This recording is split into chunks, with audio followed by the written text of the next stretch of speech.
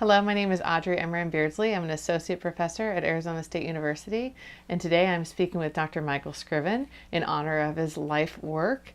And this is part of the show titled Inside the Academy that the Mary Lou Fulton Teachers College sponsors each year.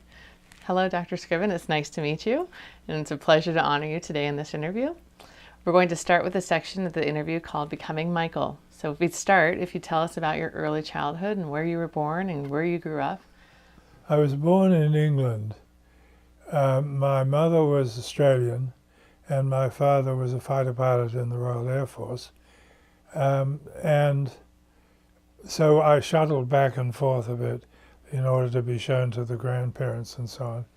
When I was 12, the World War II had begun, and England was being bombed pretty hard. So my mother, who was by that time widowed, decided to take my brother and I out to Australia so as to take us off the food wagon in England, which was running short of food, and give us a place where we could be out of danger. So we snuck out of Liverpool at night down an avenue of wrecks of previously bombed ships, which was surely encouraging for everybody on board, and went up to Iceland, around Iceland, and down through the North Atlantic, got picked up by a U-boat submarine, and followed for 2 days. It turned out we were about a quarter of a knot faster at top speed than they were, and so we eventually pulled away from them. That was a pretty exciting period. So the kids on board thought, but I'm sure the mothers and fathers on board weren't so thrilled about it. So we got to Cape Town and then up the east coast of Africa and across to Singapore and down to Perth in Western Australia and so to Melbourne. So that was my third trip at age 12. And then I went to school there and K-12, and after 4 or 5 years went on to the university. And took a couple of degrees in mathematics, and then went to Oxford for a PhD in philosophy, which I was gradually getting more and more interested in. And then from there came over to the United States and the University of Minnesota in 1951. University of Minnesota was your first academic position? First academic.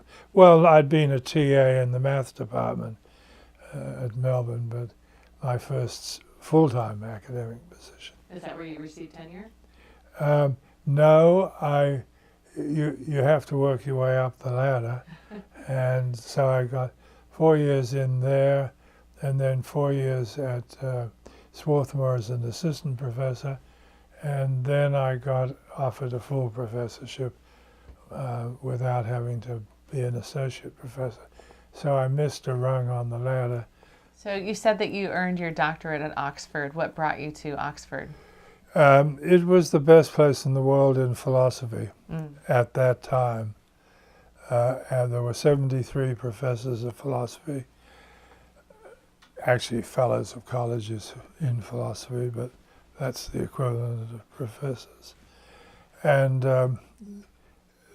they were mostly working along the lines of a professor at Cambridge, which only has 3 faculty in philosophy, and it was impossible to get into Cambridge at that point, but I could get into Oxford. And so I was able to work with these people who were direct descendants intellectually from Wittgenstein, who was the star of the period and of the century in philosophy. And so what inspired you from being a mathematician to crossing over into philosophy? I thought these were more fundamental problems. The problems in math are either technically tough and interesting for that reason, like problems in chess. But when you got right down to it, Whitehead and Russell had just written the Principia Mathematica, showing that you can reduce all of mathematics to a set of logical axioms So in a way, math depends on logic.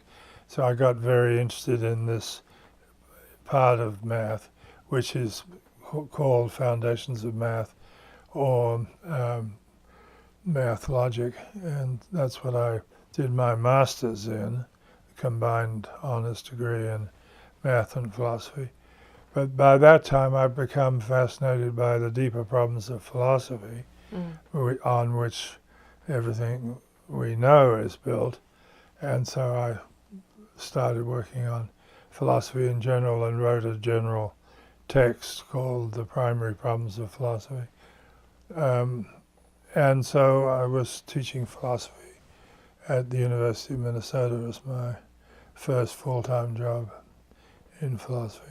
And did you always know that you wanted to be an academic, or was there some point in your career that... I was only interested in becoming a fighter pilot. Oh, is that right? Yeah, like my father. But, of course, when the war ended, they had a slight surplus of fighter pilots, and so they wouldn't take any more in. So they elbowed you out.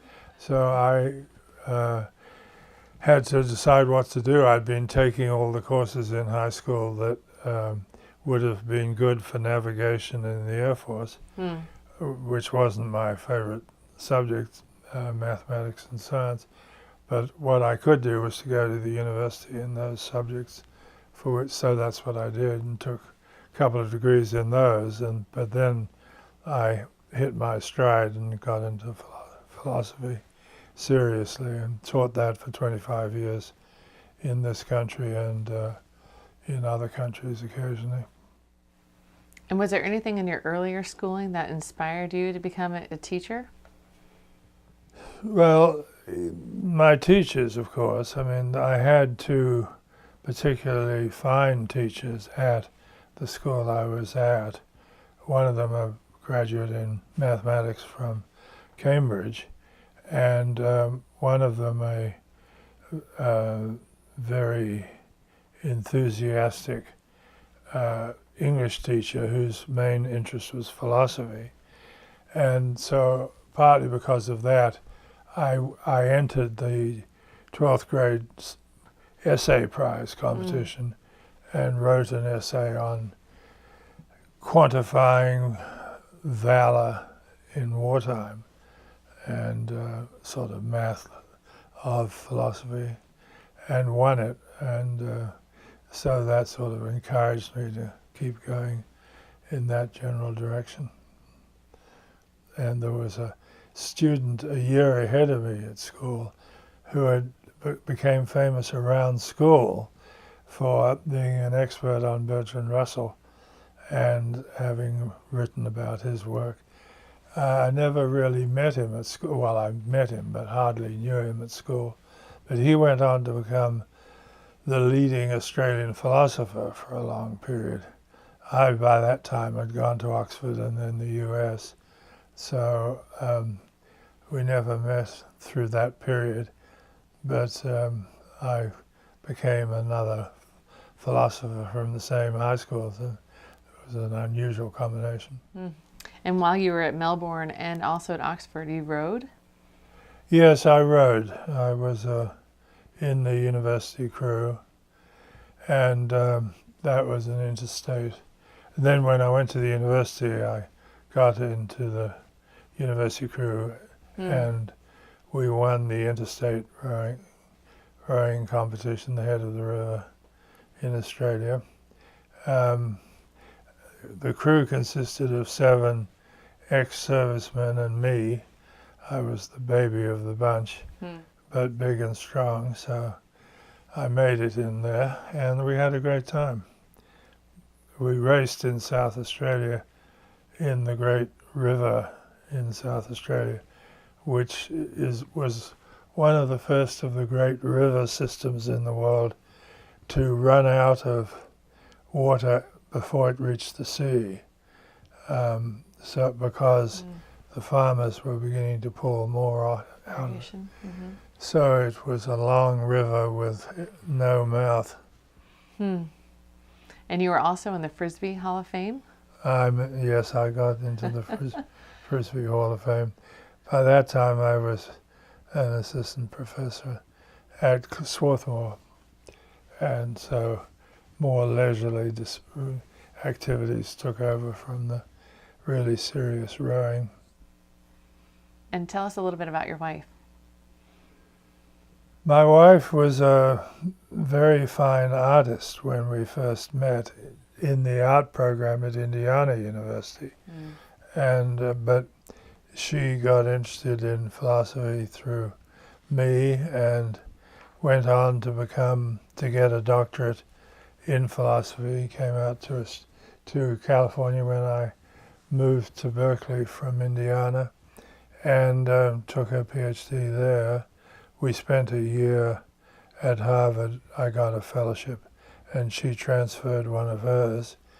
So we spent a year at Harvard together, which was really interesting. And it turned out there were some seamy undersides to the teaching at Harvard, which we didn't know much about before we got there. But she looked as if she was a student. She was a good deal younger than me.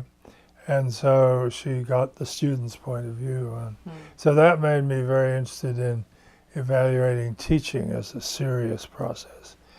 And I wrote a lot about that and did some research in that area for a while, which got me back into the ed research area.